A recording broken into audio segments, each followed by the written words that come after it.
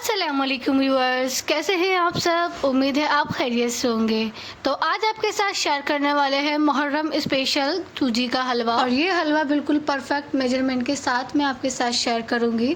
जो हमारा हलवा है वो बिल्कुल दानेदार और रसीला बनकर तैयार होगा। क्या होता है जब कोई हलवा बनाता है ना, तो उनका हलवा एकदम लई जैसा हो जाता है, बिल्कुल परफेक्ट नहीं बनता। हलवा बनाना तो आसान है, लेकिन इसके अंदर जो टिप्स एंड ट्रिक्स है वो मैं आपको बताऊंगी और आपके साथ शेयर करूंगी। तो मुहर्रम में इसे बनाया जाता है और खाया जाता है। आप चाहे तो नॉर्मली भी इसे बना सकते हैं। बहुत ही टेस्टी बनकर तैयार होता है, एकदम रसीला और दानेदार ये हमारा हलवा बनकर तैयार होगा। आप इसे ऊपर से ड्राई फ्रूट्स के साथ सर्व कर सकते हैं। बहुत ही अच्छा ये बनकर तैयार होगा। और अगर आप 1 किलो हलवा बनाएं या 5 किलो बनाएं, लेकिन जिस ट्रिक्स के साथ हम आपके साथ ये हलवा शेयर करेंगे, तो आपका हलवा जो है वो बिल्कुल परफेक्ट बनकर तैयार होगा। और जैसे लई हलवा हो जाता है ना, लई लई या फिर दानेदार नहीं बनता, तो ये जो हलवा है वो बिल्कुल दानेदार बनकर तैयार होगा। चलिए तो बताते हैं किस तरह से हम ये सूजी का हलवा बनाएंगे। तो इसके लिए हमें यहाँ पर ग्राम का हिसाब जो करते हैं वो हटा देना है। जैसे केजी में कितने ग्राम हमने ये लिया है, ये नहीं करना है।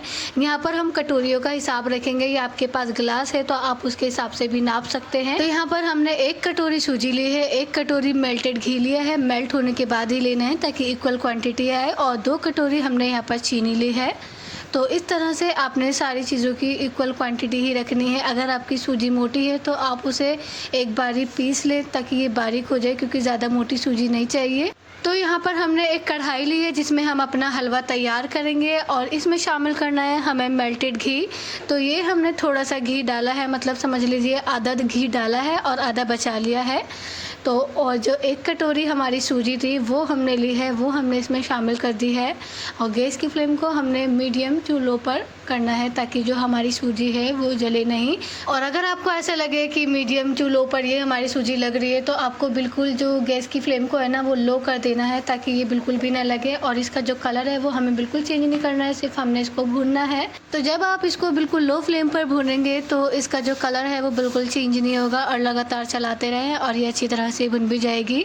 तो देखिए अब इसी के साथ हमने यहाँ पर एक चाशनी तैयार कर लेनी है। जिस तरह से हमने यहाँ पर 2 कटोरी चीनी ली है, उसी मेजरमेंट के हिसाब से हम यहाँ पर लेंगे। अगर आपके पास कोई और नापने का तरीका है, जैसे गिलास हो गया या फिर कोई बाउल हो गया, तो आप उससे भी मेजर कर सकते हैं।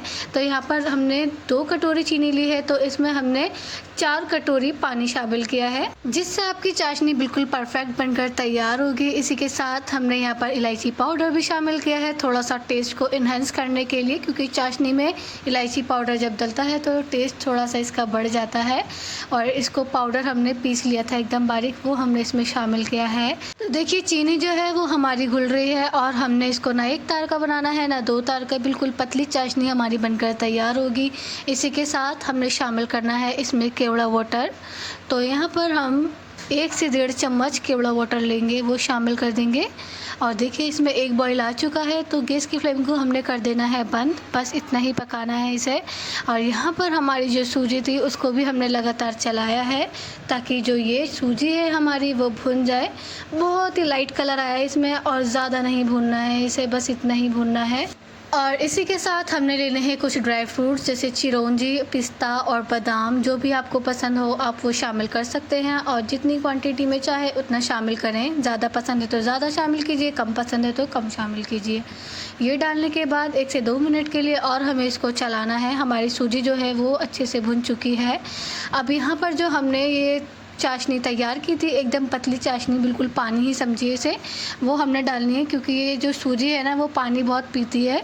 तो यहाँ पर इसलिए हमें पतली चाशनी ही बनानी है, इस बात का आपने ध्यान रखना है। और थोड़ा थोड़ा करके पानी शामिल करना है ताकि जो सूजी है वो पानी पीती रहे और फिर आप पानी डालते रहें। इस तरह से एकदम सारी चाशनी जो है वो शामिल नहीं करनी है, थोड़ी थोड़ी करके करनी है ताकि सूजी पानी भी पीती रहे और एक हलवा भी बनकर तैयार होता रहे। और फिर लगातार चलाना है, धीरे धीरे सूजी जो है वो पानी पीती रहेगी। इसी के साथ शामिल करना है ये फूड कलर है येलो वाला, तो ये शामिल करना है। यहाँ पर 2 से 3 चुटकी हमने फूड कलर लिया था और थोड़े से पानी में इसको डाला है हमने।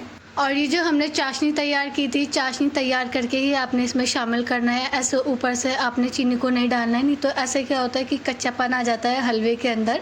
तो चाशनी बना के डालेंगे तो इससे हलवे में एक दाना भी बनकर तैयार होगा। गर्मा गर्म चाशनी जब शामिल करेंगे, देखिए यहाँ पर हमने इसको ढककर पकाना है ताकि हमारा जो हलवा है वो दानेदार और रसीला बनकर तैयार हो। आप देख सकते हैं माशाल्लाह से कितना बढ़िया ये हमारा हलवा बनकर तैयार हो रहा है, एकदम दानेदार। और इसको पकाना है ताकि इसका जो टेस्ट है वो बढ़िया आए और जो हलवा है वो बिल्कुल भी लई बनकर तैयार नहीं होगा। देखिए किस तरह का इसमें एक दाना तैयार हुआ है।